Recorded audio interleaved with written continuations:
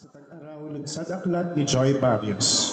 Upang gabayan tayo sa ating programa sa hapong ito, narito po si Ginoong Atong Araulio at Ginoong Noel Ferrer.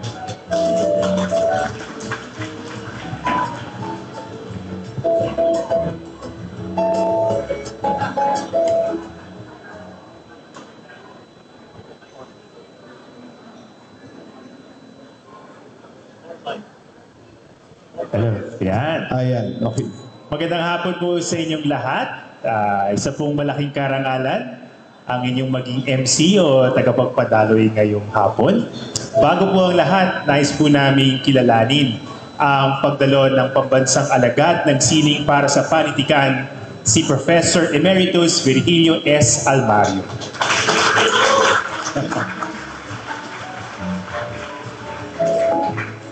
With his signature hat, naka-blue siya ngayon. Yes. So kami po ang inyong mga MC, tulad ng aking nabanggit. Ako po si Ato Maraulio. Ako po si Noel Ferrer na magiging tagapagdaloy niyo ngayong hapon. Nagsasama-sama ho tayo ngayong hapon dahil sa kaibigang nag-uugnay sa ating lahat. Ngayon gusto ko matanong, Atong, paano ka napapayag mag-MC dito? Alam niyo ba na isa sa mga una kong biyahe abroad, nagpunta kami ng Japan ng kapatid ko para sa isang triathlon competition. Okay. Noong panahon na yon, sobrang mahal pagpunta ng Japan. Ngayon, ang alam ko medyo mura kasi mahina yung yen. Okay. Pero noong time na yun, na nagpunta kami, alala ko, talagang taggutom dahil nagpunta kami sa isang restaurant para kumain ng lunch. May in-order kami na mukhang chicken meal na paghatian namin. Yung pala, drumstick lang pala yun, pero parang 500 pesos. Okay. Anyway, isang mahabang kwento para lang sabihin na si Tita Joy. O yun ha, underscore, Tita Joy. Si Tita Joy ang nag-host sa amin nung panahon na nasa Japan pa siya. Kaya kami nag-survive doon. So talagang simulat sa pool ay grabe na yung suporta niya sa aming pamilya. So syempre hindi ko pwedeng palagpasin ang kanyang book launch, lalo na nandito sa Pilipinas. Yun nga eh, hindi na kailangan dumaan sa akin yung schedule na yun, pero may isang taong hindi ka makakahindi, di ba? Syempre, nanay ko. Sino So pa ba? parang, yun, nung nasabi, okay, ang pinakamamainam paraan para mapa-oo si Atom ay yun sa nanay, parang to Christ through Mary yun, para so si Ma'am Carol yun. So, nakilala at nakasama natin. Sama na tingin. Nakilala at nakasama natin si Joy sa iba't ibang panahon, iba't ibang panahon o organisasyon, pero ang mahalaga ay naging malapit siya sa atin. Si Joy Barrios na 26 years old ngayon, palakpakan mo natin. Yay! O, diba? Siya ay maglulunsad ng hindi isa, kundi tatlo. Idagdag mo pa yung book of poems niya. Not 3 but 4 books. Grabe, no? Ganun na pala ang mga book launch ngayon. Paramihan ng libro. Ganun yun. Hindi lang paramihan ng libro. 3 in 1. Book launch, number 1. Number 2, birthday. Pangatlo, homecoming. So yung mga taong hindi niya na makikita kasi limitado yung oras niya dito sa Maynila palagi, nandito na ngayon. Kasama na rin yung Pasko, Bagong Taon, Valentine's Day kasi pinagsama-sama na natin. So it's really nice to see many familiar faces and many new faces, many old faces. Pero na-overwhelmed ka mo, di ba? So, medyo. Di ko talagang kapangyarihan lang ni Joy na mapagsama-sama tayo sa isang wala rin event. tita, no? Ni Joy, okay? Para, kasi 26 pa lang siya. Actually, 26, okay. Mas bata pa siya sa akin. Lumalabas. Biglang panimula ng ating paglulunsad ng 4 na libro na seryoso. Narito ang direktor ng ICW, ang Institute of Creative Writing, nakababata ni Joy Barrios, isang mapagbigay na tao, mapagbigay ng kaalaman, ng cellphone, ng extra yen, at mapagbigay ng dangal. Nandito po si Joey Bakiran.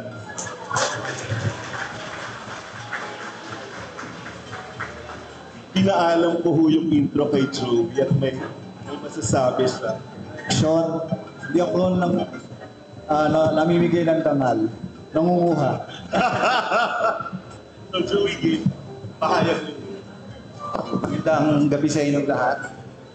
Sabi ni Joy ay bawal lumagpas ng 2 minutes at bawal mag-rambling. Kaya sabi niya, prepared speech dapat. So ito yan.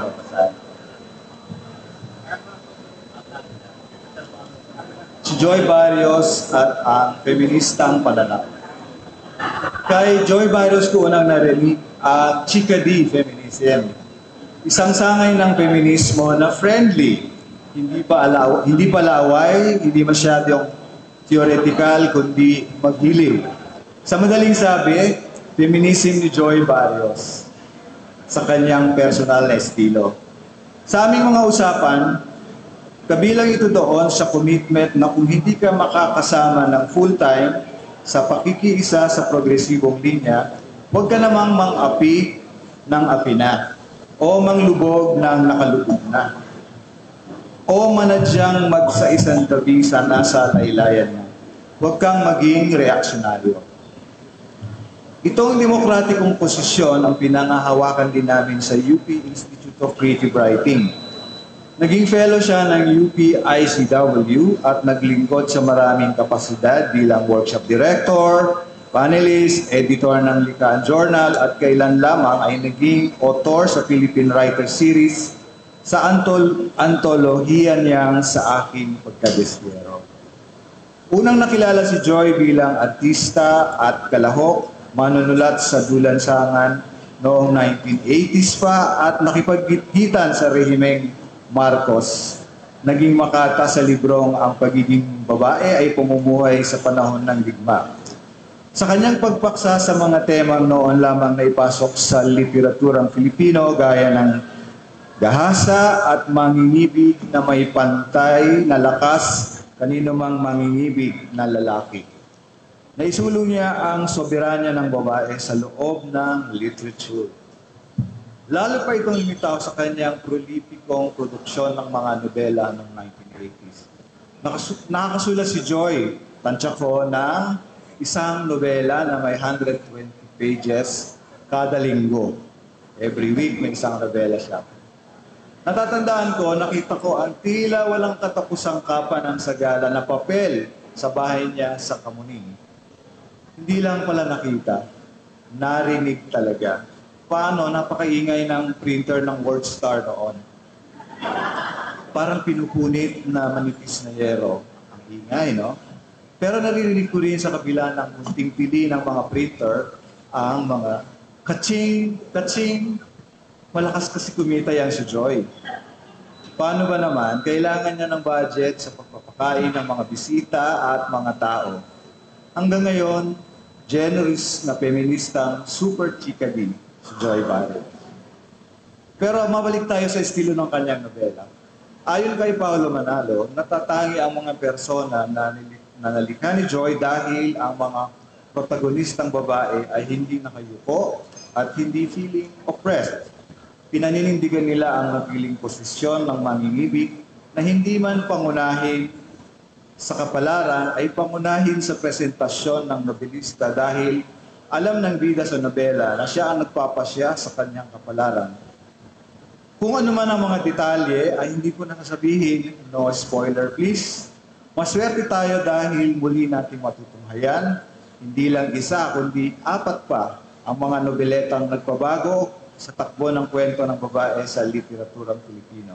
Salamat sa Gantala Press. Kaya kami sa UP Institute of Creative Writing ay proud na proud sa aming kasamahan si Joy Barrios. Pagbati sa iyong lungsod aklat at higit sa lahat, maligayang kaarawan.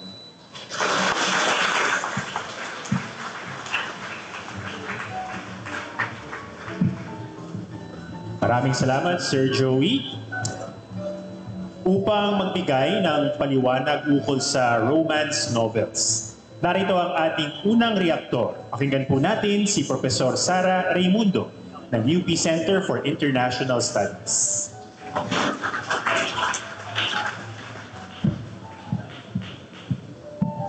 Magandang hapon po sa inyong lahat at isang malaking karangalan ang maimbitahan na magbigay ng maikling pananalita tungkol sa Rosas, no? Sa Rosas series na kaugnay ng mga nobela ni Joy Barrios. Nakapasa ako sa audition para maging bahagi ng programang to dahil kung 26 si Joy ngayon, nung 6 years old ako, gumawa ako ng paper tungkol sa mga nobela niya sa Rosa series. No? Tungkol sa mga nandito. Siya po yung, sige, mamaya na lang natin yan sabihin. So, ano ba yung Rosa series? 33 years ago, 1991, yung Anvil Publishing House sa ilalim ng pamamatadugot ni Karina Velasco, nagdesisyon na gumawa naman tayo ng alternative feminist romance novels. Okay? Pantapat doon sa mga sikat na mga mga romance novels katulad ng Valentine Romances, Carat 18, ano pa ba? Pinoy Romances at Flame. Siyempre, kunwari, hindi kayo familiar sa mga romance novels na ito. So, ang plano ng Anvil noon ay encourage natin na explore yung potential ng romance, no? Para naman labanan yung mga very highly sexist and patriarchal portrayal ng mga kababaihan sa mga romance novels. So, ang kinuha nilang editor-in-chief si Walhati Bautista. Ano ang papel ng editor-in-chief? Titiyakin niya na walang sexist language, walang misogynist language. No? I-edit niya lahat yan. At kailangan effective na napapadaloy, no? Yung adhikain na gawin itong feminista.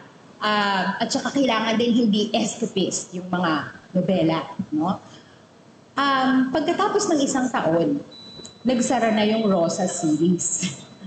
No? So, sa Rosa series, si Joy yung may pinakamaraming naisulat na nobela, 12 na nobela, at meron siyang mga guidelines, katulad nung sinabi ni Sir Joey kanina, meron siyang mga guidelines tungkol sa pagsulat ng romance novels na hindi pa feminist. No? Sinulat niya to dun sa introduction nung kanyang nauna ng libro na Ang Aking Prince Charming at Iba Pang Nobeleta ng Pag-ibig. So sabi niya, kung gagawin nating realistiko ang mga nobelang romansa, madalas magiging malungkot ang pagtatapos ng kwento.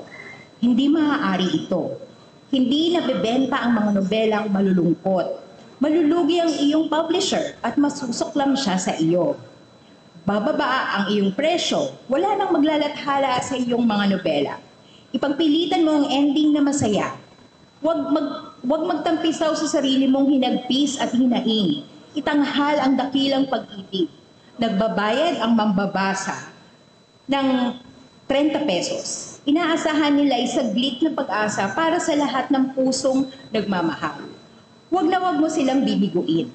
So yun yung isa niyang mga isang guidelines. Meron pa siyang mga guidelines tungkol sa mga leading man na kailangan matangkad, gwapo, kailangan medyo suplado, laging wala sa mood para may romance. Tapos later on, marirealize, kaya pala siya masungit, kaya pala siya wala sa mood kasi gusto lang niya akong protektahan bilang babae, and so on and so forth. So yun yung mga, pero wala siyang sinulat na guidelines. Kahit na siya may pinakamaraming sinulat na nobela dito sa Rosa series, wala siyang guidelines para sa alternative feminist romance novels.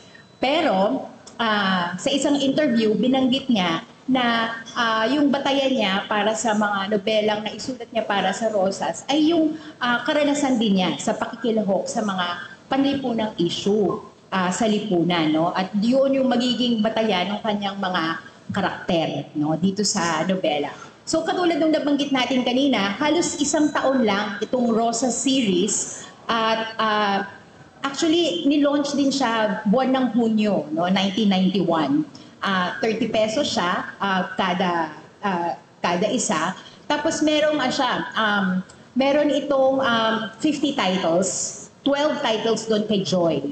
Tapos each title merong 5,000 copies, no? Sino yung mga nagbasa nito? Ayon sa pag-aaral ni Dr. Georgina Encanto, karamihan ay mga middle class, no, na mga kababaihan. Nasa urban area sila yung mga estudyante, housewives, office personnel, secretaries, and clerks na ang edad nila 20 pataas. Pero merong mga nagbabasa rin sa mga uring manggagawa katulad ng mga kababaihang masahista, vendors, labandera, at mga overseas workers. Tapos sa mga lugar katulad ng Baguio at Southern Tagalog, tsaka Iloilo, nirerentahan din itong mga romance novels na ito. So, sa bandang huli, merong adhikain yung Rosa series, no? Maging alternatibo para sa mga mambabasa, no?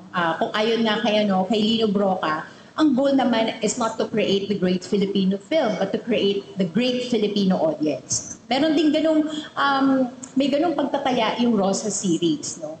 Pero hindi natin masasabi na ito ay nabigo, no? Makikita lang siguro natin na meron kasing contradiction yung nais na mangyari, no, ng Rosa series, no? At ang contradiction nito ay matutunghayan doon sa gap, no, o yung contradiction sa pagitan ng pagiging malikhain, creative, paglalahad ng mga alternatibo, no, na mas progresibong alternatibo, at yung kabila naman nun, yung publishing, no, yung book publishing na ang lohika ay kita pa rin. No? So, hindi naman talaga nabigo yung Rosa series kung tutusin. At makita natin ngayon na 3 sa mga titulo na ito ay muling na-publish ng Gantala Press. Kaya pagbati kay Joy Barrios at pagkilala rin sa Rosa series sa kanyang pagpupunyagi 33 years ago. Magandang hapon po sa inyong lahat.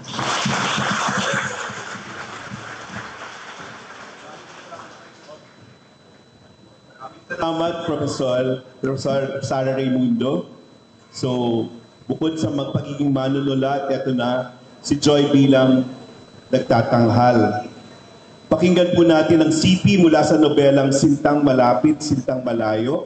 Ang nobelang ito ay, kaya ko kinuha to, hindi masasabi ni Atong to, ay kuning-kuning na tungkol sa love triangle ng teacher na si Feli, ang kababata niyang si Aaron at ang penpal ni Feli na si Rainier na Tunog Prinsipe ang pangalan. Ang totoo, tungkol po ito sa issue ng mail order brides. Babasahin ang excerpt ng nobela ng batikang aktres na tinuturing nating First Lady ng Philippine Theater, na sa kanyang husay, mas powerful pa, mas makapangyarihan pa siya siguro sa First Lady. Nandito po si Charmaine Centenera Buencamino, babanggit ng Sintang Malapit, Sintang Malayo.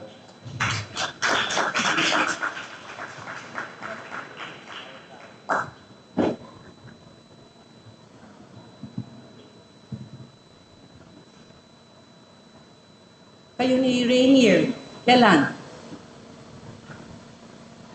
Sinasabi na nga ba ni Feli? Ito na ang tanong na matagal na niyang hinihintay. Ang totoo, matagal na niyang pinaghandaan ang tanong nito. Pinagpraktisan na niya ang lahat ng kanyang sasabihin sakaling maungkat-ungkat ni Aaron ang tungkol sa pagpapakasal nila ni Rainier.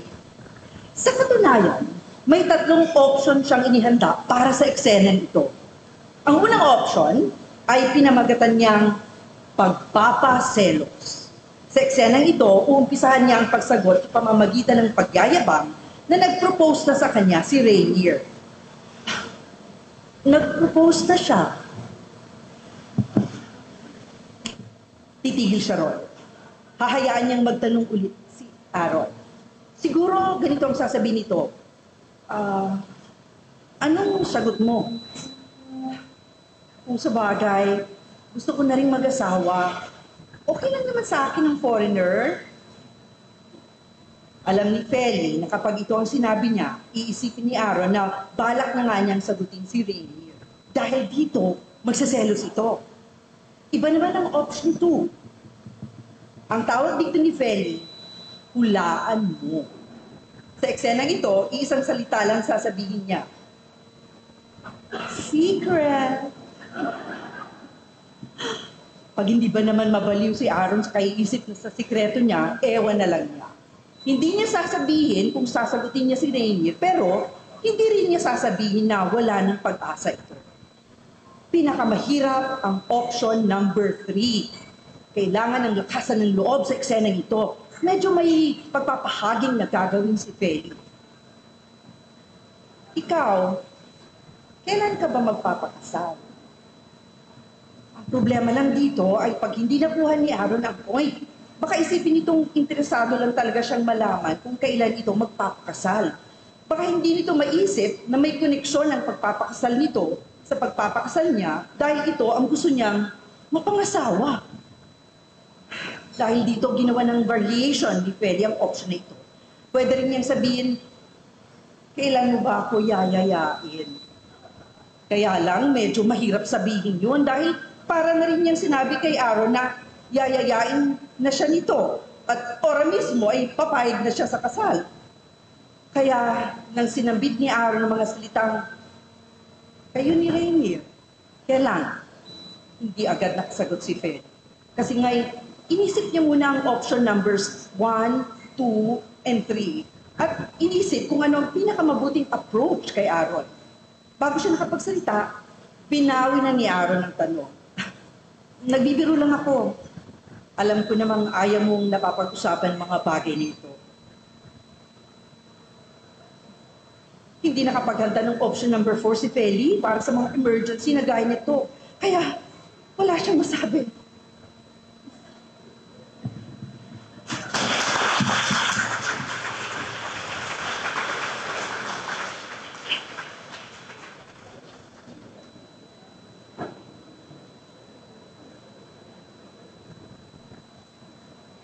Maraming salamat. Charmaine, Lux, feeling close. Ang Sintang Malapit, Sintang Malayo, ang unang romance novel na sinulat ni Joy sa ilalim ng Rosas Romances ng Anvil Publishing. Narito ang publisher ng Anvil, si Karina Polasco.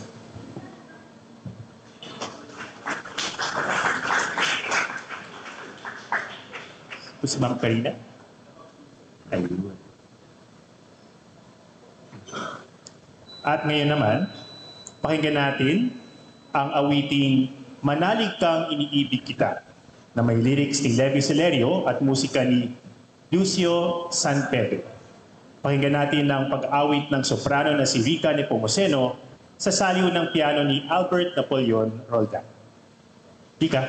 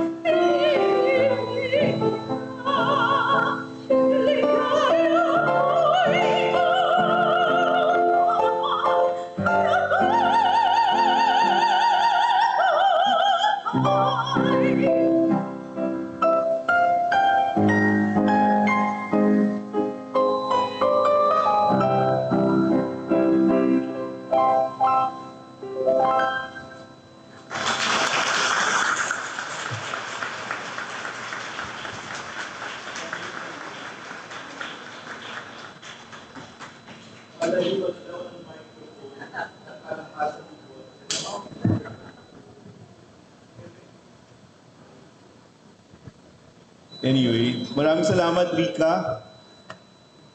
Sana ganyan na lang ako kalayo kasi yung susunod na performer, kahit malayo siya, talagang grabe yung presence. Ang Diary ni Joaquina, ang pamagat ng ikalawang nobela sa serye ng romance novels na inathala ng Gantala. Tungkol ito sa dalawang kwento, ang love story ni Joaquina at Vicente noong panahon ng pananakop ng mga Amerikano at ang kina Joa at Roland noong 1990s. Isinakonteksto ng nobela ang pag-iibigan ni Joaquina at Vicente sa pakikibaka ng mga magbubukid ng Central Luzon noong mga dekadang 1930s at early 1940s. Para magbasa ng sipi mula sa diary ni Joaquina, narito ang hinahangaan nating aktor at direktor ng entablado at pelikula at pati nga telebisyon ngayon. Si Roda, kaya humanda kayong lahat, nandito na po si Direk Joel Lamangan.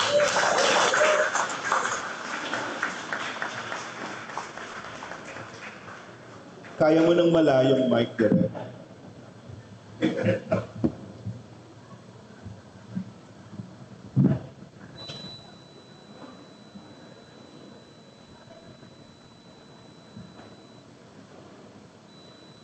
Nakita ko siyang muli. Nakatayo siya sa harap ng simbahan. Nakasandal sa may pader. Naramdaman kong pumasok siya sa simbahan nang pumasok kami ni Pedrito. Sumulyap ako sa likuran. Naroon nga siya. Naging importanteng araw para kay Joaquina ang linggo. Tuwing linggo ay nagsisimba ang buong bayan. Walang nakakahalata sa mga sulyap nila na Vicente sa isa't isa. At sa ganoong paraan, nagtaksil si Joaquina kay Pedrito.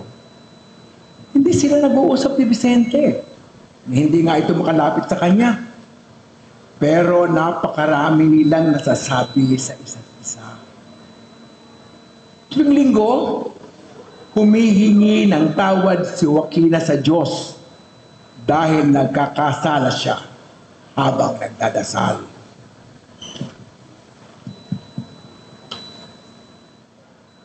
Hindi ba unawaan ni Joaquina ang pinagsasabi ni Vicente? Biglang-bigla, parang hindi na niya ito kilala. Hindi niya maintindihan ang masalitang sosyalismo at komunismo, mga partido at pagsanib ng mga partido. Ibang-iba na si Vicente.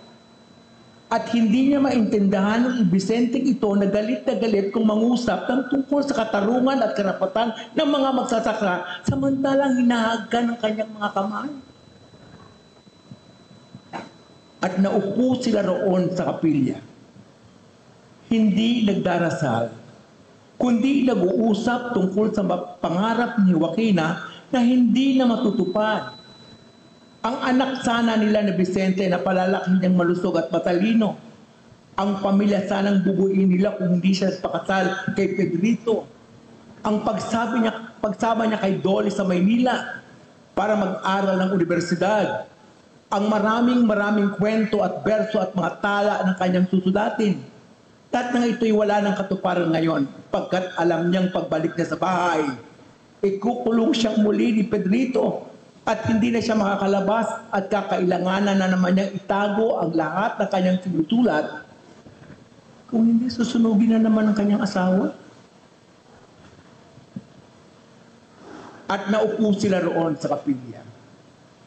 Hindi nagdarasal kundi nag-uusap. At ikinuwento ni Vicente kay Joaquina ang lahat ng pangarap niyang hindi matutupad. Matutupad ang tungkol sa paglakas ng organisasyon ng mga magsasaka.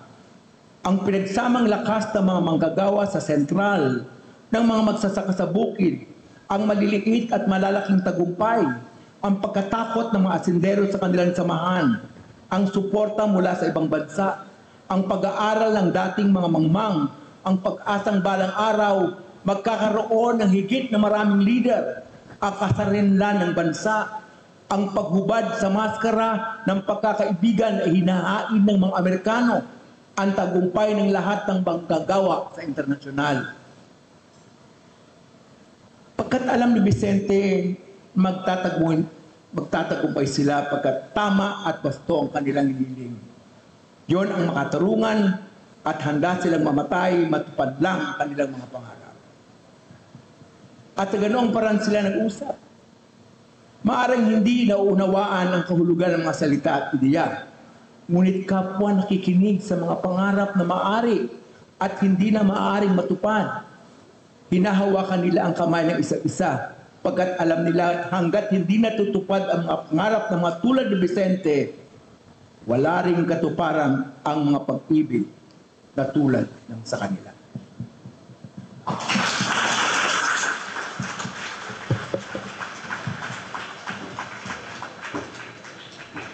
Maraming salamat, Direk Joel.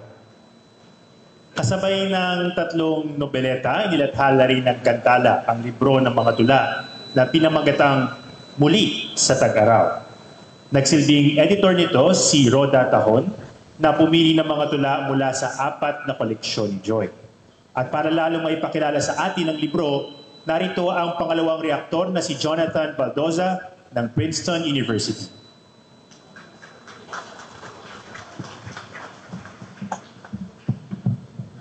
Maraming salamat po sa pagkakataong ito. Medyo overwhelming din sa akin, kaya ganito lang yung suot ko. Hindi ko na-expect na bongga pala yung launch ni Tita Joy. At di ko rin na-expect na 26th birthday mo pala ngayon. So, happy 26th birthday, Tita Joy. Halos magkaedad na po tayo. So ako po si Jonathan Victor Baldoza, nag-aaral po ng doktorado sa kasaysayan. Hindi po talaga expert sa pagtula or panitikan. Pero ako'y tagahanga ng mga tula ni Joy Barrios at bukod dito, mas nakilala ko po si Tita Joy sa Berkeley noong ako'y nag-aaral ng Masters. So si Tita Joy ang laging ipapakain sa akin sa Berkeley man o sa Haverhill, kung saan siya nakatira, na malugod akong tinatanggap at kinukup tuwing Thanksgiving or fall break sa nakaraang 7 taon. So, medyo matagal na yung pagpunta ko sa bahay niya. At sa mga okasyong ito, ang pangunahing paksa ng aming mga usapan ay ang pag-ibig. Mga kwento niya at kwento ko sa aming mahabang pasahan ng Back to Me at Back to You, over keso at vino. At minsan nasisingitan ng pagbasa ng tula o pagkanta ng OPM tulad ng Minsan ang Minahal Ay Ako. Para sa akin, mahalaga ang mga tinipong tula sa bagong koleksyon. Halimbawa, may ilang linya sa tulang paglalakbay ang binabalik-balikan at maaring balik-balikan pa. And I quote, bawat pagsintay paglalakbay, paglalayag sa malawak na dagat, pag-akyat sa pinakatuktok ng bundok, sumasakay ka sa pag-asa, kumakapit sa pananalig. Marahil sa iba, simple lang ang talinghaga na ang paghahalin tulad ng pagmamahal sa paglalakbay ay tulad ng ibang karanasan sa buhay. Ngunit sa mga magbabasang may matinding pinagdadaanan at maraming pag-aalinlangan, hatid ng tulang yan ay tinig. Tinig na kaagapay na may kasama sa pagdanas ng kung anuman ang nararamdaman. Mas lalong matindi ang salpok sa nagbabasang medyo naiiba o hindi karaniwang tanggap ng lipunan o walang tiwala sa kanilang lugar sa mundo, naliligaw pa at nagpupumiglas na palayain ang sarili nilang katotohanan. Pumili ng alinmang tula sa koleksyon at makatatagpo ka ng kasama, ng karamay, ng kaibigan. Tinutulungan kang balangtasin ang karanasan Usisain ang mga tanong, mga baka-sakali at mga hangarin ng sarili. Walang katiyakang may malinaw na patutunguhan, ngunit may paalalang hindi ka nag-iisa sa pagharap sa nararamdaman. Sa mga magbabasang may tinatagong hinanakit at kasawian, hinahamon na manalig sa sarili, tumaya muli at patuloy na makipagsapalaran. Sa mga may napili ng kung sino o kung ano man ang pag-alaya ng pagmamahal, mga has na tumuloy pa ng mas tapat at ng mas tunay, at kung kaya pa, mga has na ialay ang lahat. Happy birthday, Tito Joy. Thank you so much. Maraming salamat, Jonathan, na napakain ni Joy. Mahilig palang magpakain si Joy Atom. Napakain ka na ba niya? Sa Japan. Sa Japan. Mahilig siya magpakain ng apple pie, ng chicken pastel. Ano siya? Kung ano-anong goodies, no? So yun. Si Joy na mahilig magpakain. Okay. Noel Ferrer. Okay, Atom game. Teka lang, nawala ako. Ayun, okay. Mahilig din to magpakain, yung susunod dating ano. Okay, sa ikatlong romance novel sa serye ay ang Kung Daratnan Pakitang Naghihintay. Hindi lang ito tungkol sa love story ng mga taga-teatrong sina Lisa at Tony, kundi tungkol din sa censorship. Kaya naman narito ang aktres, manunulat at tagapangulo ng Concerned Artists of the Philippines, na idol talaga ni Joy. Mula sa sining, literatura, pag-aartista rin, pati pagpapaganda. Nandito po ang aming kaibigan na si Bibeth Ortesa.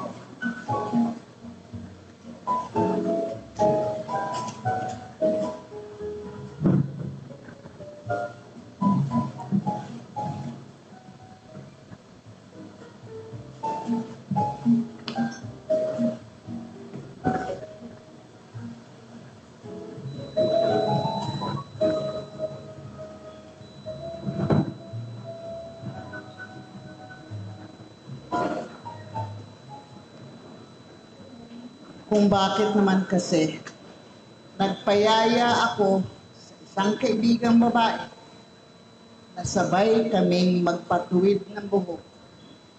Eh hindi naman kinky ang buhok ko. Actually, naturally curly ang buhok ko. At iba ang curly sa kinky, ano? Pero dahil parang mas maganda nga yung meron kang long, black, straight hair, nagbayad ako ng mahal para matuwid ang buhok ko. Ang resulta,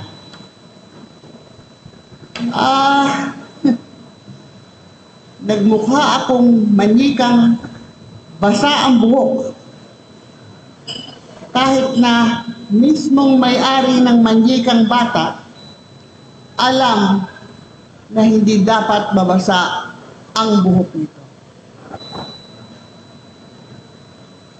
Kahit na 6 na buwan pa lamang nung pinatuwid ko ang buhok ko, napasagsag ako sa beauty parlor nang malaman kong Ang type ni Carlitos ay curly hair sa babae. Nagitla ang bakla na gumugupit ng buhok ko. Tita, baka masira ang buhok mo pag kinulot natin. Sige na naman, tita ko, parang awa mo na. Naglambing ako. Sa tita din ang tawag sa akin. Dahil yun, ang usong gay linggo doon sa beauty parlor. 5 oras na akong nakaupo sa parlor. Nakailang tasa na ako ng kape. Kabang-kaba. Punong-puno ng nerbiyos. Ayaw pa rin makulot ng buhok ko. Para siyang nagkaroon ng identity crisis. Hindi nito alam kung magiging kulot ito dahil talaga namang kulot ito. Kung magiging tuwid dahil pinatuwid ko na nga. O pagkaroon ng ibang klaseng kulot dahil ngayon ay gusto ko na siyang makulot ulit.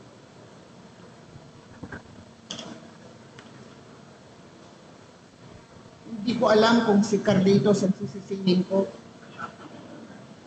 o ang sarili ko dahil nagpakagaga ako.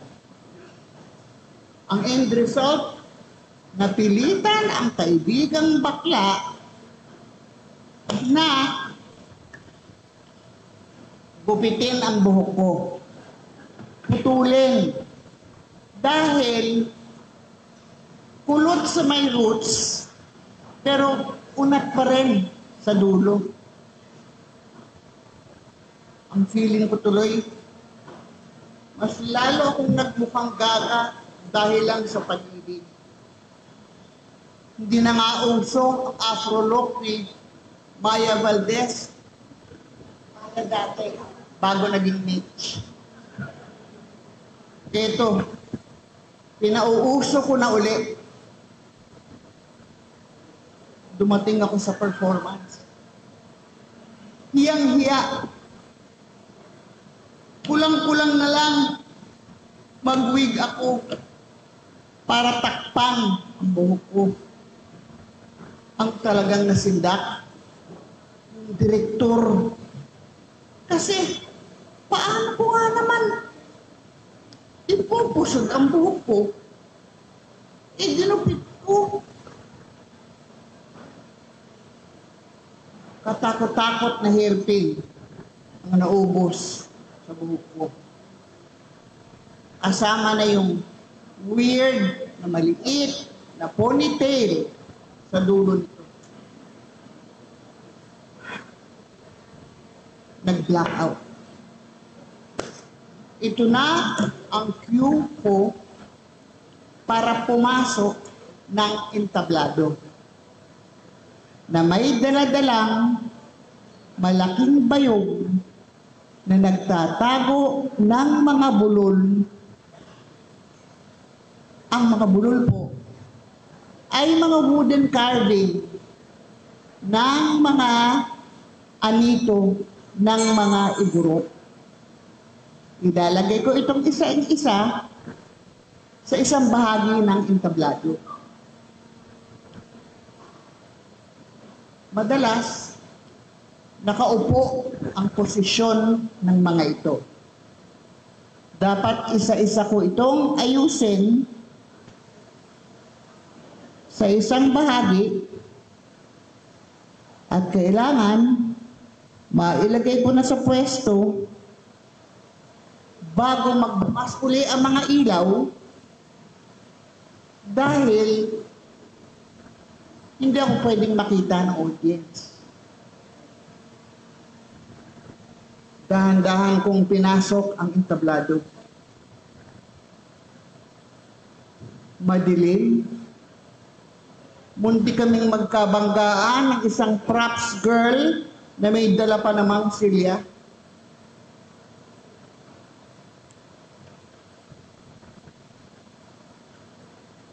Hindi ko pa tapos ayusin.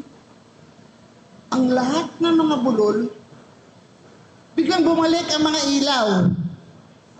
Panic situation. Kailangang mabilis kong masolve ang problema. Isa-isang pumasok sa entablado ang mga tauhan ng play. Patay, naisip ko. Paano kaya ako makakatakas, makakalabas, nang hindi mapapansin ng audience? Suddenly, na-realize ko, hindi na ako makakalabas. Ang ginawa ko, naupo na lang ako sa stage. Pumwesto at nagpanggap na isa rin akong bulol. Yun na yata ang pinakamahabang eksena sa buhay ko. Pahiyang-pahiya ako sa buong kumpanya. Sukat ba namang katangahan ang ginawa ko sa araw din yun kung kailan ako nagpakulot ng buhok? Pagkatapos ng play, habang nagliligpit ako ng mga gamit, iyak ako ng iyak sa backstage. Daig ko pa ang breakdown scene ng leading lady ng play. Mismong direktor, hindi ako mapagalitan dahil alam niyang masamang-masama na ang loob ko.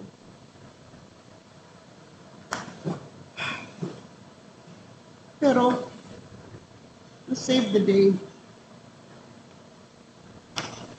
dumating ang Superman ng buhay ko. Si Carlitos. Kinumusta niya ako. Hindi naman daw nagalit o nagtawa ang mga kapwa ko artista. Katunayan, worried daw sila sa akin dahil ang sipag-sipag ko raw sa produksyon. Eh ano pa nga ba ang gagawin ko? Kaharap ko na ang crush ko. Ayoko namang magmukhang pangit dahil puno ng luha ang mata ko, ang mukha ko. Niyaya ako ni Carlitos na kumain sa labas. Nag-usap kami. Happy-happy ako syempre. Dahil napapansin pala niya, pumayat na ako. Effective ang allowance, ha? Effective ang gym. Yun nga lang, naubos ang allowance ko. Pero napapansin daw niya. Napapansin pala niya na nagme-makeup na ako, na maganda yung damit ko, at nagkulot ako ng buhok. Hinatid ako ni Carlitos sa dorm. Gabing-gabi na, halos wala ng taong naglalakad sa campus. Nakaupo kami sa kotse. Sa loob ng kotse niya nakaparada malapit sa dorm. Hinawakan ni Carlitos ang kamay ko. Pagkatapos, hinaplos ang mukha ko. Kinabahan ako. Alam ko kasi na ito na ang pinakahihintay kong romantic moment.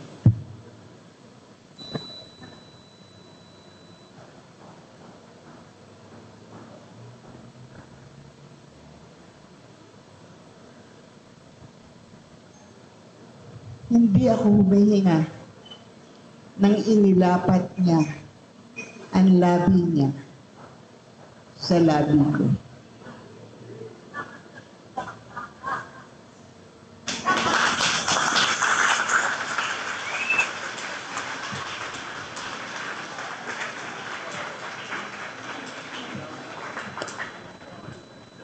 Beth, para sa iyong makeup tutorial.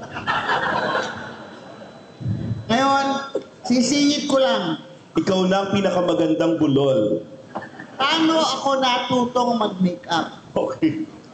Dahil nung panahon ko sa Palmahol, Mhm.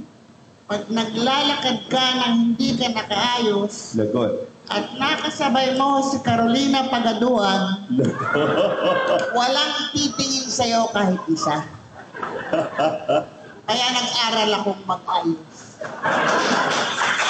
Pero katulad naman ni Ma'am Carol, pagkatapos ng halik na yon ni Sir Carlitos, 2 supling naman yung nabigay sa'yo. So, Actually po, hindi Carlitos ang nakalagay doon sa panulat ni Joey. ginawa na lang niyang kwenta. Ginawa ko lang, Chito actually. Okay. Ginawa ko lang Carlitos para kiligin ako. Okay. Palakpakan mo natin si Miss Beth Ortesa. Yun. May pa-props pa talaga, may pa-setup. Anyway, sa puntong ito, pakinggan natin ngayon ang 2 awitin. Mga awit ng pag-ibig para sa mga minahal ni at nagmahal kay Joy Barrios, minsan. Yung una ng kanta, well, papaliwanag ko, yung pangalawa siya na lang bahala. Yung unang kanta ay team song ng Minsan Lang Kita Iibigin. Doon ang galing yung line ng "Wag mo akong materi-teri." Tapos tinanong, "Are you doing it with my husband?" Ang sagot, "Minsan." So, ito yung dedication para sa lahat ng mga nagmahal o minahal ni Joy, nagtagal man o hindi, hayag man o hindi, tama man o mali. Nandito po ang mas talented na Ferrer. Nandito po si Arman Ferrer.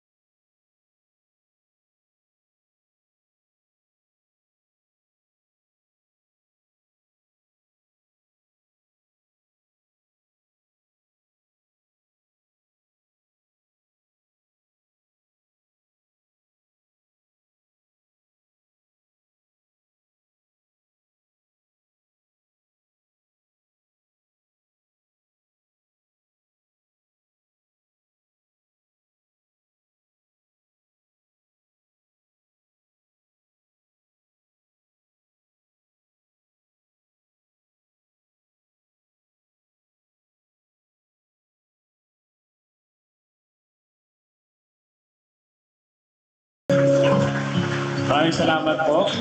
Para po yun sa lahat ng umibig, iibig, at nasaktan. Joke. Yung next song po ay bagay po sa lahat ng tao sa table na ito, at kung saan-saan po na merong maputing buhok. Ay, Miss Judy, para sa inyo po ito.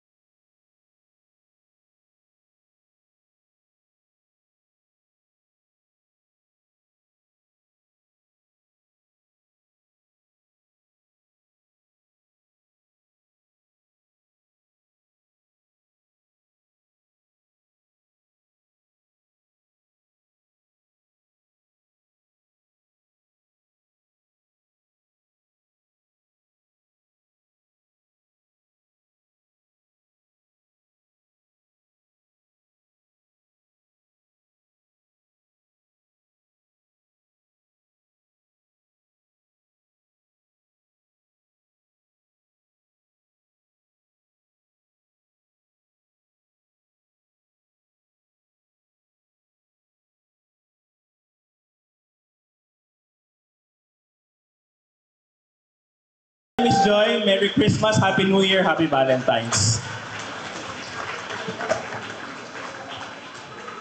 Maraming salamat, Arman.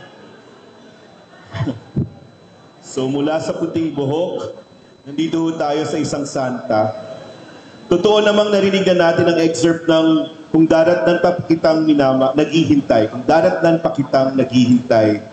Pero pwede bang comedy excerpt lang? May romance novel bang walang love scene? So, kakaiba ito kasi, well, kailangan daw palabasin yung mga bata pero wala nang masyadong bata dito. Bago pakinggan ito, ihahandog sa atin ng napakagaling na aktres. Na-imagine mula sa paghahasik, ng galing no, sa Grace na kailangan i-plug na bago sa puntong dito kasi nandito rin si Charmaine. Nandito rin yung may-ari ng Arete ngayon, yung in charge ng Arete, si Jerry Respeto. So, hindi na ho natin kailangan pumunta pa ng Makati para panoorin ng Grace, ipapalabas ang Grace sa Agosto at Setyembre sa Arete, sa Ateneo. Napakagandang produksyon. at ang tapang ng mga Jesuita para ipalabas ang grace.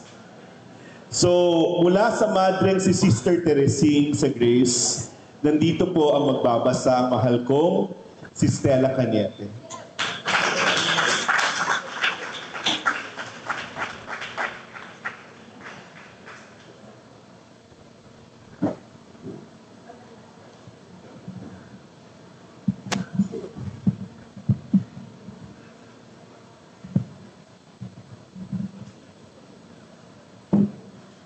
At pagkatapos noon, niyapos namin ang isa't isa. Nahuhulog ang mga damit na parang kalabisan ang mga ito sa katawan at dahan-dahan na parang sumasayaw sa saliw ng isang balse. Binagtas namin ang kusina, kwarto, na parang walang mga pintuan at hagdan. Hanggang sa mapahiga kami sa kama. Hinahanap-hanap ng mga labi ang bawat sulok ng katawan at hinahaplos ng mga palad ang balat na parang may gustong maalala na nakaraan. Ngayon, tulad ng unang pagkakataong iyon, marahang-marahang ang bawat kilos namin. Parang may mabagal na musika na nagtatakda sa aming mga galaw. Adagio. Nangingilala ang mga kamay at labi sa katawan na parang ngayon lang nakita ang kabuuan. Sa unang pagtatalik noon, 7 taon na ang nakakaraan. Unang pagkilala sa laman. Ngayon na may muling pagkilala. Halos walang pagkakaiba. Maliban sa isang bagay. Tiyak namin ni Tony ang mga sarili namin ngayon. Ngunit sa bawat paglabat ng aming mga laman, hindi ko alam kung nauunawaan niya ang lahat ng sinasabi ko sa kanya. Si Tony ang nagsasalita. Paulit-ulit ang pagbigkas niya ng, "Mahal kita. Ikaw lang, Lisa. Ikaw lang." Hindi ako makahanap ng mga salita. Kaya niyakap ko ng mahigpit si Tony na para bang sinasabi kong, sana, wag niya akong sisihin sa mga naging pasya ko noon. Kasama na ang pakikipaghiwalay sa kanya. Niyakap ko siya ng mahigpit na mahigpit. Gumulong kami sa kama. Nasa ibabaw ako. Inangat ko ang aking ulo at pagkatapos ay sinimilan ko siyang halikan mula ulo hanggang paa. Alam ko, habang hinahalikan ko ang bawat bahagi ng katawan ni Tony, na patuloy akong nangungumpisan sa kanya. Na siya ang mahal ko ng higit. Hinahalikan ko siya marami mula paa hanggang ulo. Hanggang sa muli akong makarating sa kanyang mga labi. Bihirang-bihira ito, alam ko. Maaaring hindi ko maikwento sa kanya nang maiintindihan niya kung bakit kinailangan ko ng hindi lang iisa o dalawa o higit pang lalaki sa buhay ko bukod sa kanya.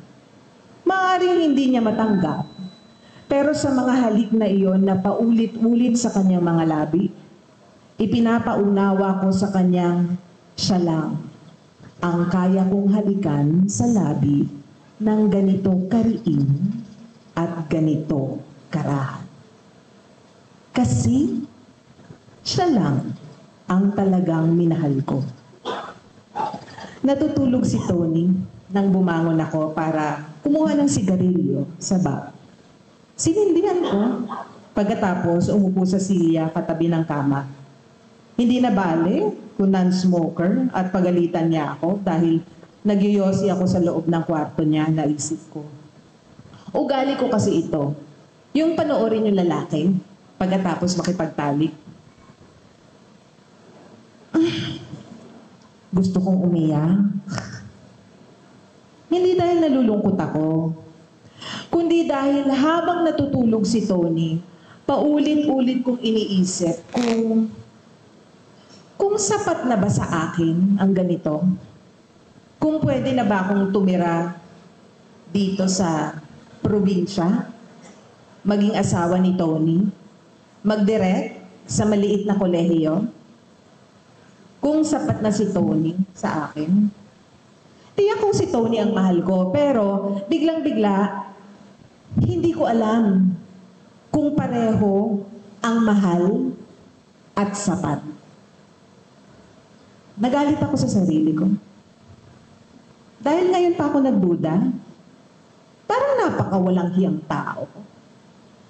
Hindi ba't kanina lang sinabi ko kay Tony na siya ang mahal ko? At kung mahal ko siya, bakit parang kulang? Kulang pa ang magiging buhay ko. Nakasama niya. Sumiksik ako sa kama.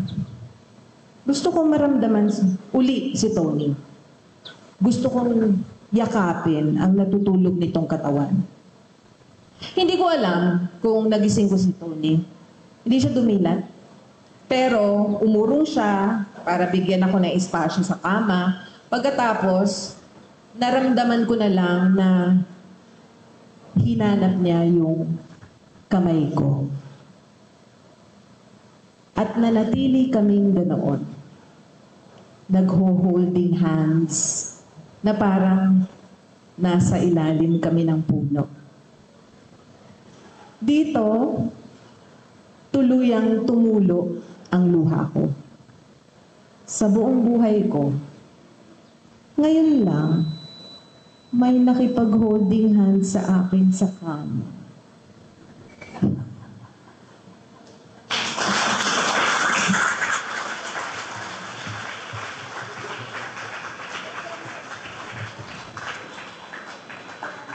Maraming salamat, Ate Stella.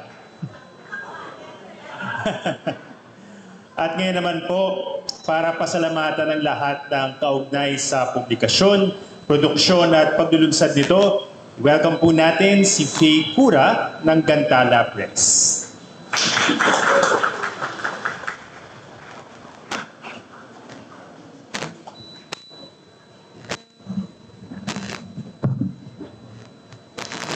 Magandang hapon po sa lahat. Magpapasalamat lang po kami sa lahat ng nagtaguyod ng mga libro at ng paglulunsad sa araw na ito.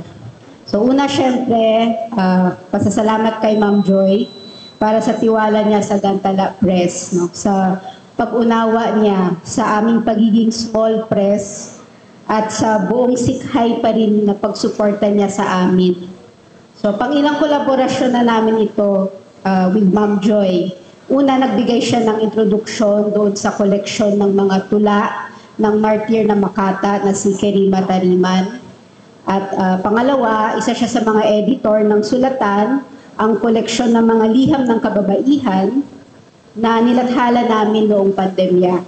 So, talagang isa si Ma'am Joy sa lagi naming malalapitan at mahihingan ng payo tungkol sa pagiging babae, kaibigan, manunulat, aktivista, nanay ng mga pusa, at iba pa.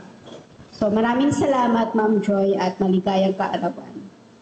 Salamat sa magagaling na kabataang kababaihan na trumabaho sa mga libro mula sa iba't ibang panig ng Pilipinas. Salamat sa katuwang kong editor na si Binibining Roda Tahon at sa lahat ng kasamahan ko sa Gantala. Maraming salamat din sa likhaan sa pag-host ninyo sa bongga na paglulunsad na ito. No? Hindi po ito on brand sa Gantala. Salamat sa pagsuporta ninyo sa independent publishing at mabuhay kayo. Ang mga librong inilulunsad ngayon ay mga unang handog sa ilalim ng linyang tinatawag namin na librong laso. Yan. Sana ay dumami pa ang mga progresibong nobela na romansa na mailalathala ng Gantala Press. So tumatanggap po kami ng mga nobelang romansa na nakasulat sa Filipino at iba pang lokal na wika na tungkol sa mga revolusyonarya, lesbiana, bisexual at trans woman. So mag-submit po kayo ng manuscript.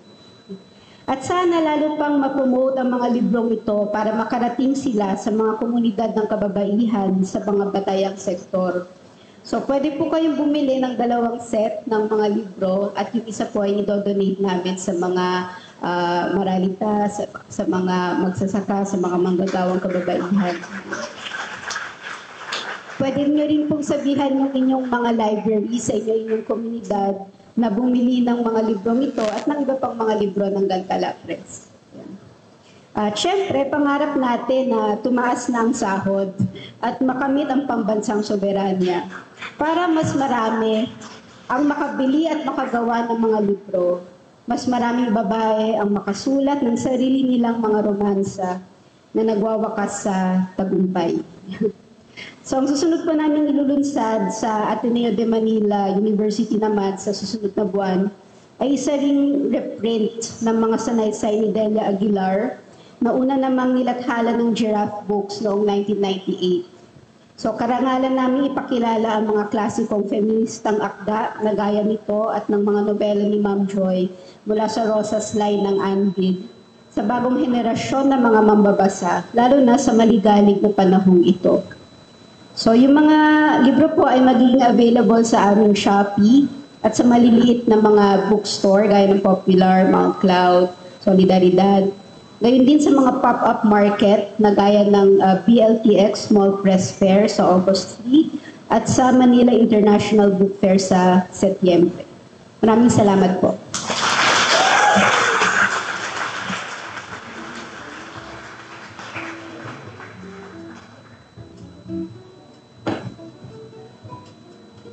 Maraming salamat kay Faye mula sa Gantala Press. Ngayon naman po, hantugan naman tayo ng 2 awit. Ang una, ang awit sa pagkawalay ay dating Untitled Melody. Tama po ba? Ni Fabian Obispo na nilapatan ng lyrics ni Joy. Ang pangalawang awit naman ay ang Siglo na orihinal na komposisyon ng ating mga awit. Pakinggan natin sina Chat at Pendong Abad.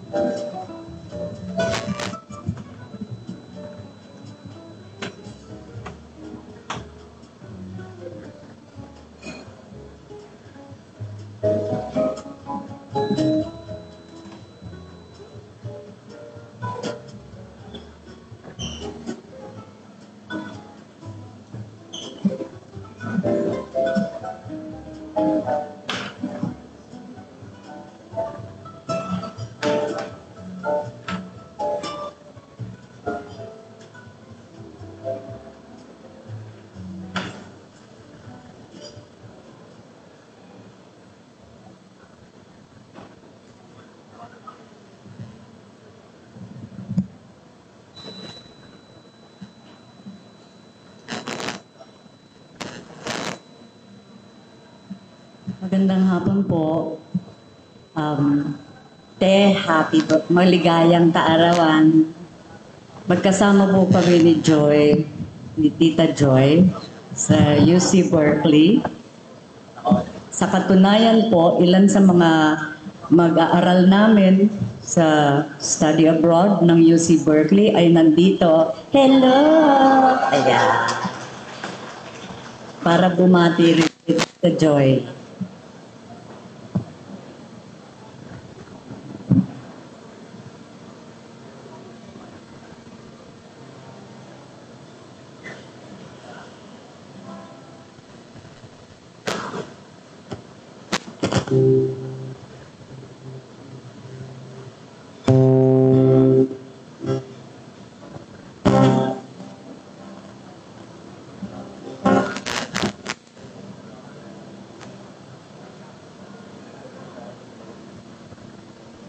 Inawit po namin ito dun sa kantata na isinulat namin ni Joy, Picket Line Kantata.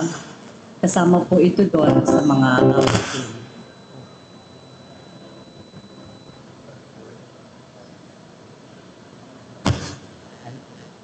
Excuse me po.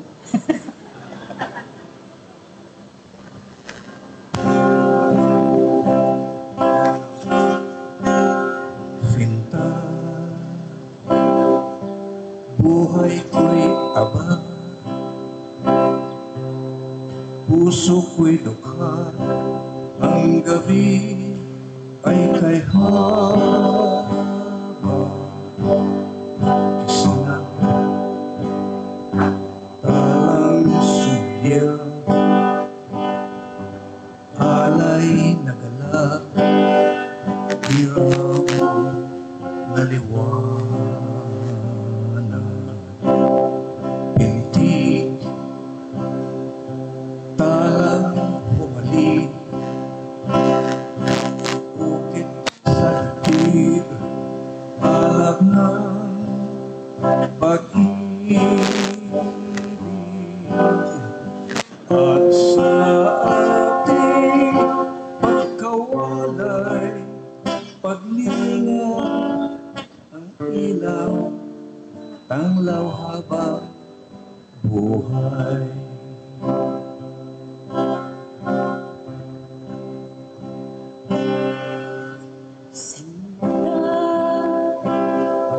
Minsa'y sumpa, buhay itakda, ang mithi ay dakila. Kisla, dalang bumagsak, sukat sa pak, hangad ay pangarap. Hindi talay pabalik, bukit sa dibdib, sumpa ng pag-ibig. At sa ating pagkawalay, paglinga ng ilaw, talayang buhay.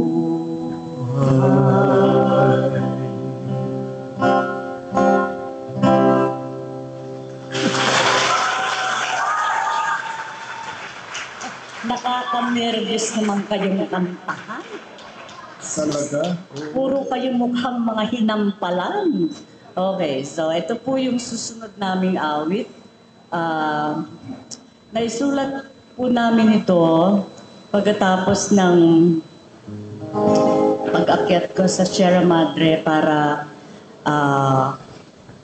tumira sa mga dumagat. At nagkaroon po ng bagyo, yung ilog ng Nakar tumaas, hindi kami makatawid.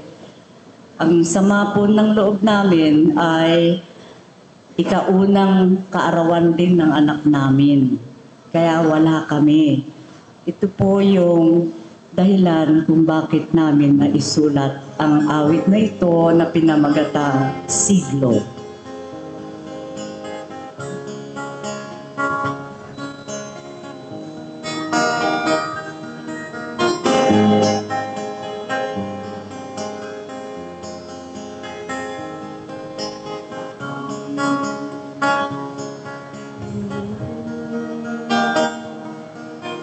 Nag-iisip ay lumulutang,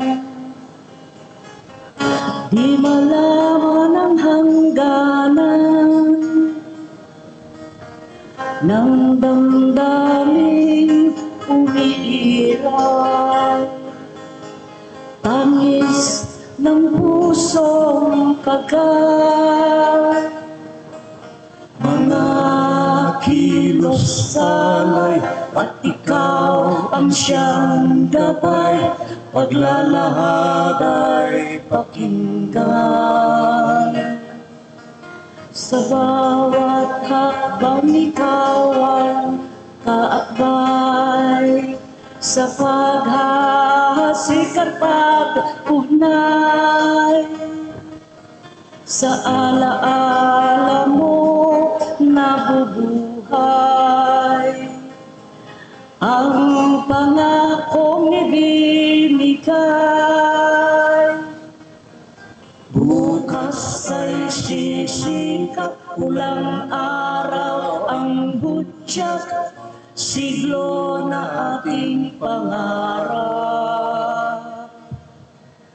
Silaban mo sana diwa ng bawat isa, katotohanan ay ipakita.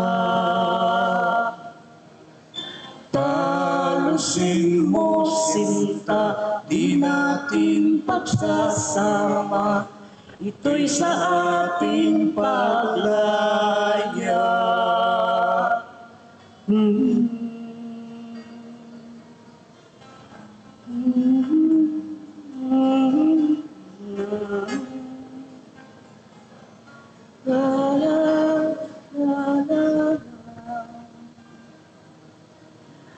Tanging nasa isip ay iisa,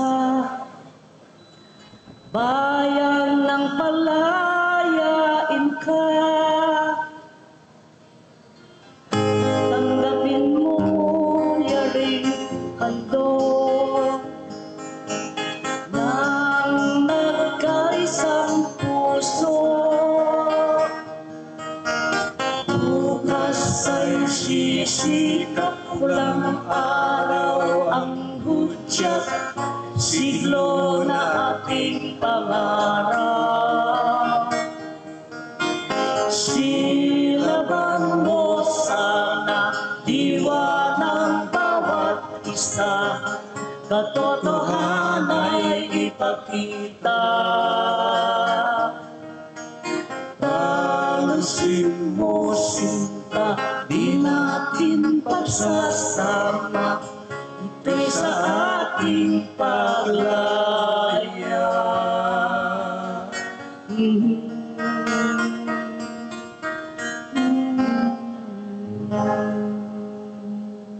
Salamat po.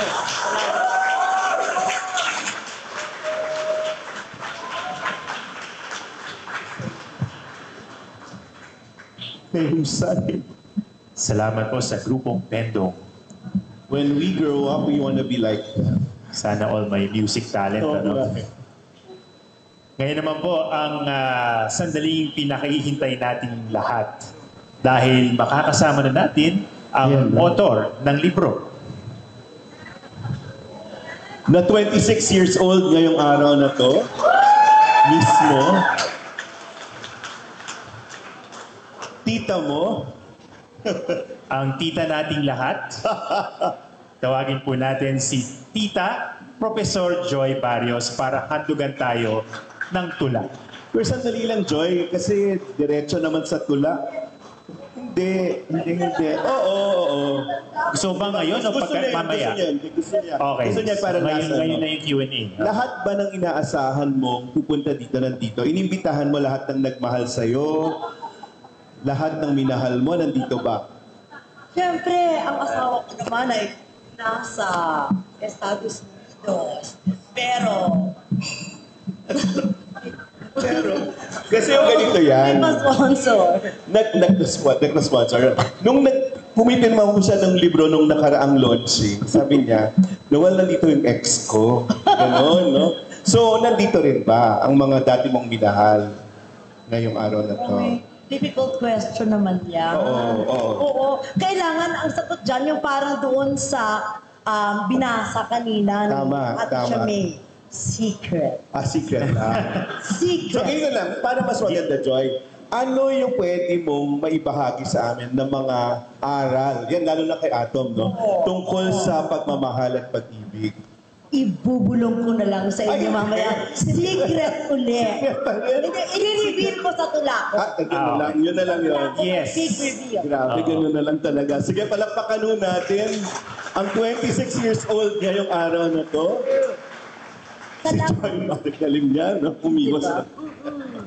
Mahirap na. Okay. Kasi recorded ito, Noel eh. So, yun ang problema. Live streaming, ganun. So, magandang gabi po at maraming salamat sa inyong pagdalo.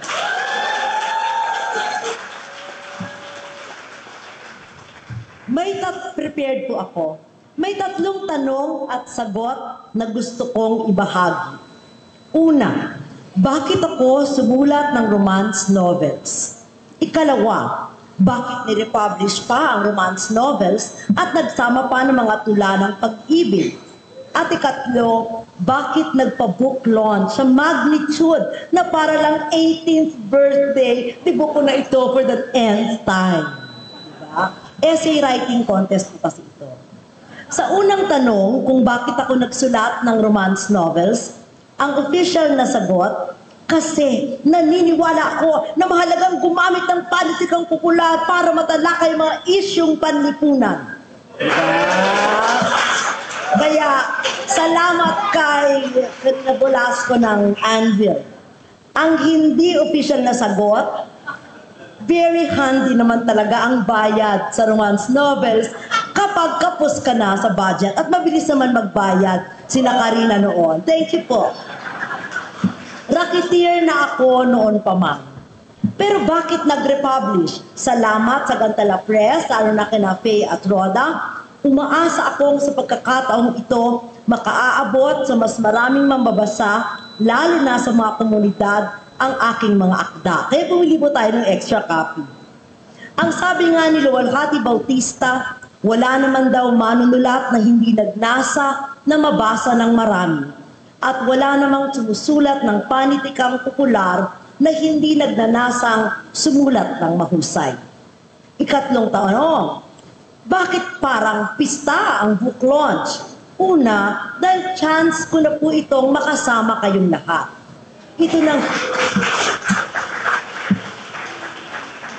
Ito ang aking true confession.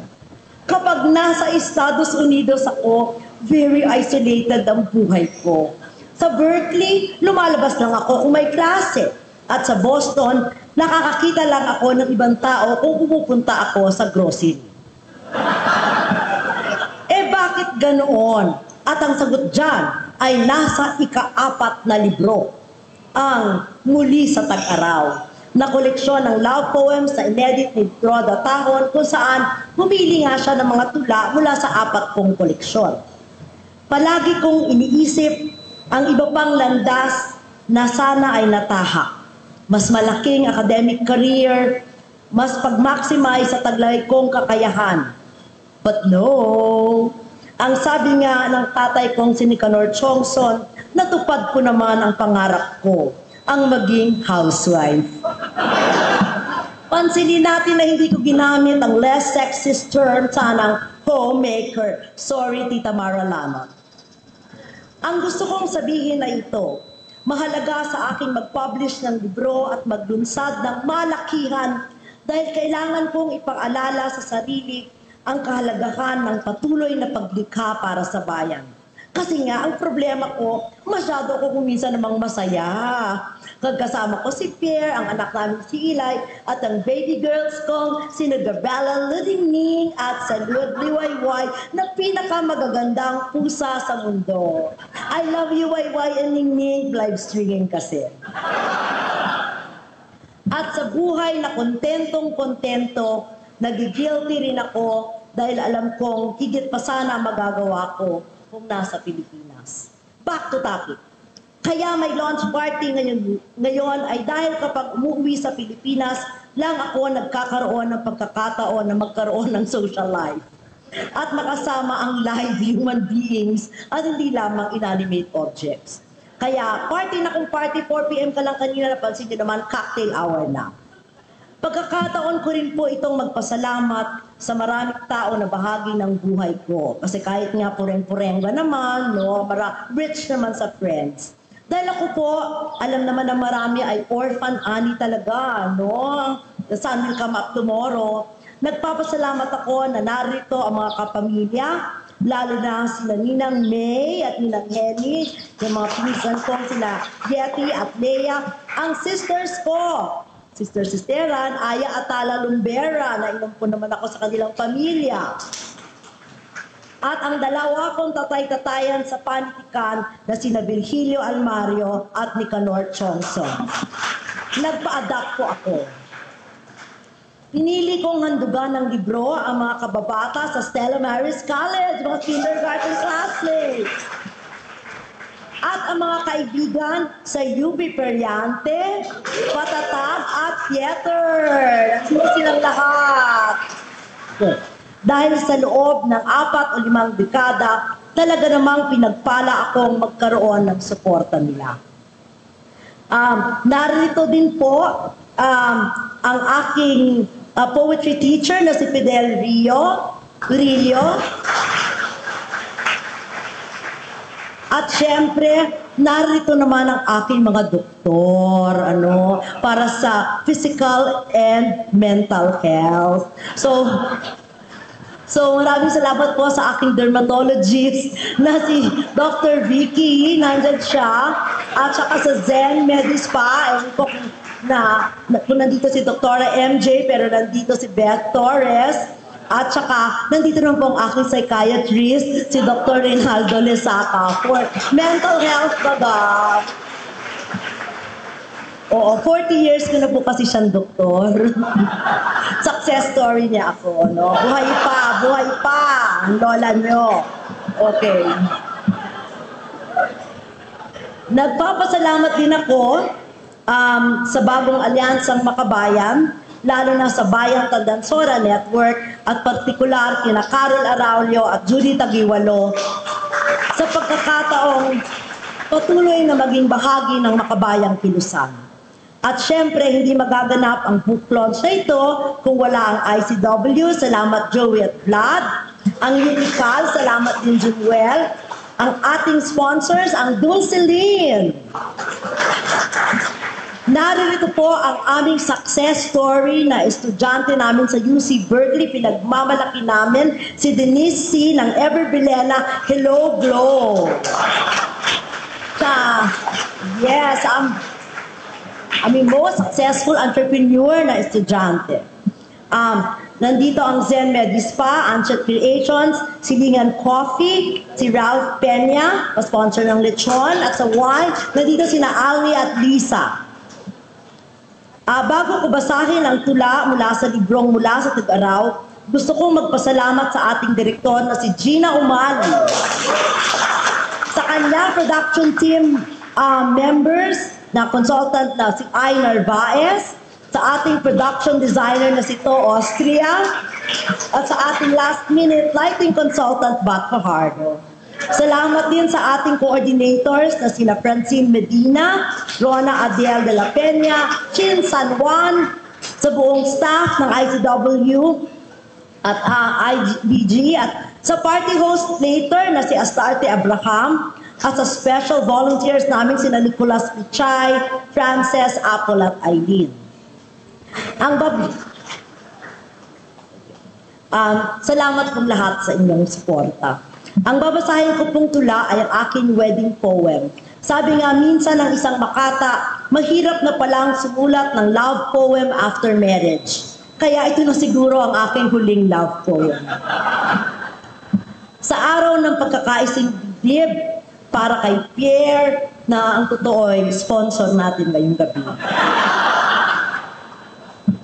Kalakalahati, pira-piraso ako kung umibig. Isang paa sa loob, isang paa sa labas, ng guhit na bilog. Ipinaglaban ko ang mga pagsintang walang katuparan. Ikinataba ng puso ang mga laro ng laman na laging laro lamang. At nabuhay akong pira-piraso, kalakalahati ang pagtingin sa pagtangi. At ika'y dumating. At ika'y dumating. At inibig ako ng buong buo, lampas langit, ano't labis-labis. Paanong naibabalik ang dalisay na pag-ibig? Anong itutumbas habang nangangambang baka iyong masilip na puso ko'y may pilak. Ikaw ang huli, ang tunay kong pag-irog. Walang labas, walang loob, walang guhit na bilog.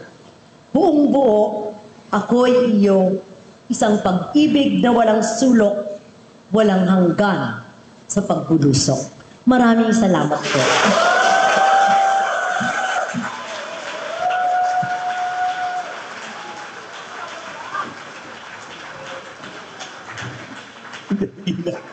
Ganda-ganda naman ang tula na yun.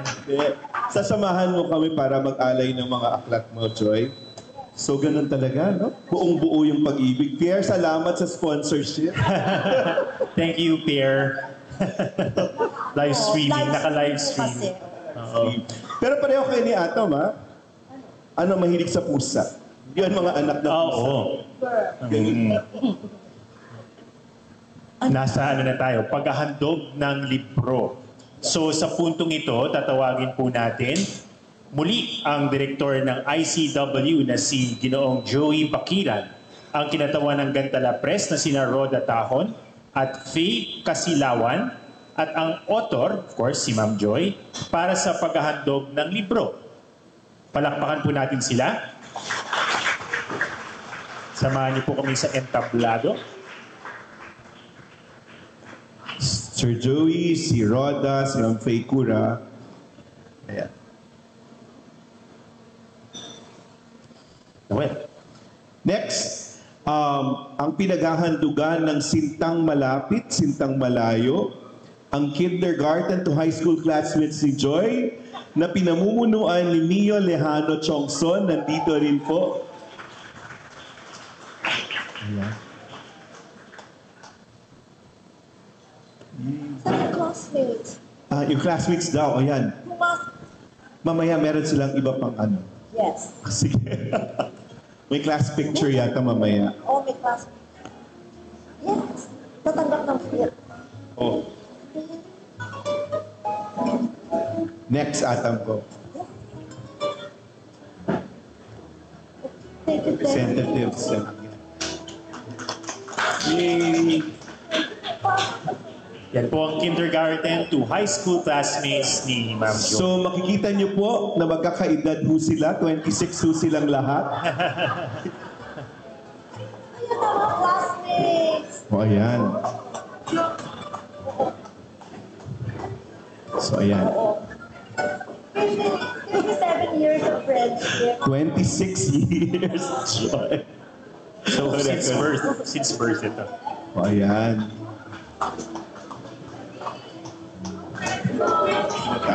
Dito na lang kami sa baba. Yan, para magkasya. Sa susunod na launching, dapat naka-high school uniform na ho kayo, ha?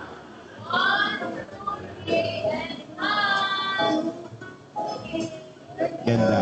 Maraming salamat. Ikalawa naman ang pinaghandugan ng Kung Daratnan Pa Kitang Naghihintay, ang mga kasamahan ni Joy sa UB Periante na pinamumunuan ni na Chin San Juan at Nicolas Pichay. Naku, alagaan niyo ho si Nick Pichay kasi nung nakaraang launch may nangyari ho sa kanya. So hindi na ho natin siya pababayaang gumapang sa lusa. Ayan na. Okay, safe na safe ka, Nick. Yan na. Ang Chin? Periante, ito yung Periante. So, magkakaedad din ba to, Joy? 26 years old din. Okay. Yes, friends. Okay.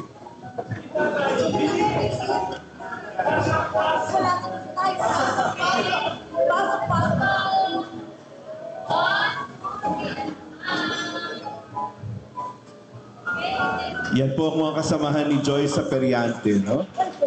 Susunod yung pinaghandugan ng Ang Diary ni Joaquina, ang favorite ni na tita ni Joy Barrios na si Babe Barrios Romy. Sasamahan siya ng ninang ni Joy na si Henny Barrios C.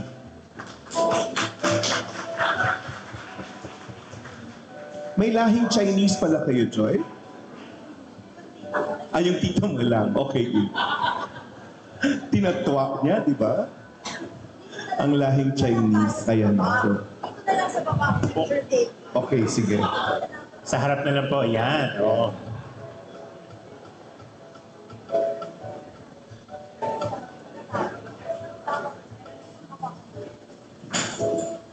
Ayan na. Ganda ng family tree nila. No? Yesterday, today, and tomorrow. Ang ika-4 naman, ang paghahandugan ng koleksyon ng mga tula na muli sa Tag-Araw. Ang mga kababata sa teatro ni Joy na sina Bat Fajardo at To Austria.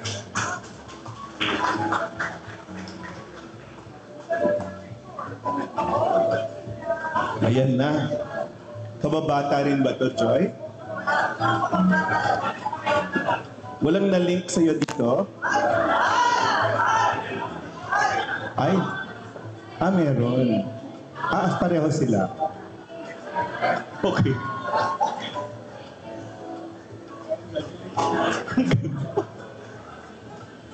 Meron palang history. So, nandito po ang mga tatay ni Joy, ang ating national artist na Sir Rio Alma, at ang susunod na national artist si Professor Nicanor Chongson. I-claim na natin, sir.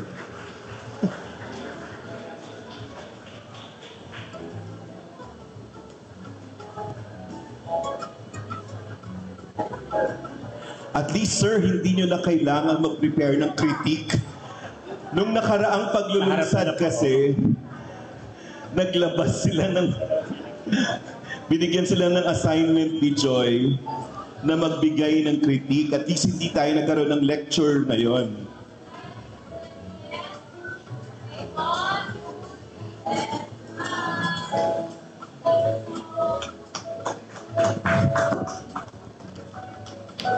Maraming salamat. Joy, samahan mo kami ulit sa pag-thank you ng mga sponsors. Sa ngalan po ng ICW, Gandala Press at CAL, nagpapasalamat kami sa inyong pagdalo. Salamat sa ating sponsors. Muli, ayan na naman, pagkitin ulit para sulit lahat ang binigay nila. Dulcinea Gourmet, Ever Belena, Hello Glow, Zen Medispa, Anchet Creations, Silingan Coffee, Alcoha, Lisa Clemente, at Ralph Peña. So maraming salamat. At bulaklak pala. At nandito na ang peryante kasi may handog silang, ayan, may pa-cake sila, Joy, at kailangan mong mag-wish. So kailangan natin kumanta. Atom, pamunuan mo na. Ito na. Ito ba si Arban? Kailangan si Arban. Happy birthday to you. Happy birthday to you. Happy birthday, happy birthday. Happy birthday to you. Yeah. Happy birthday to you.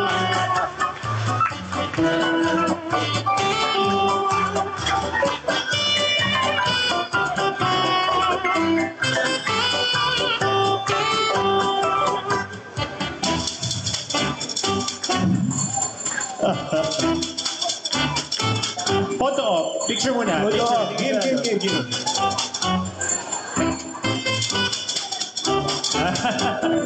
Wow.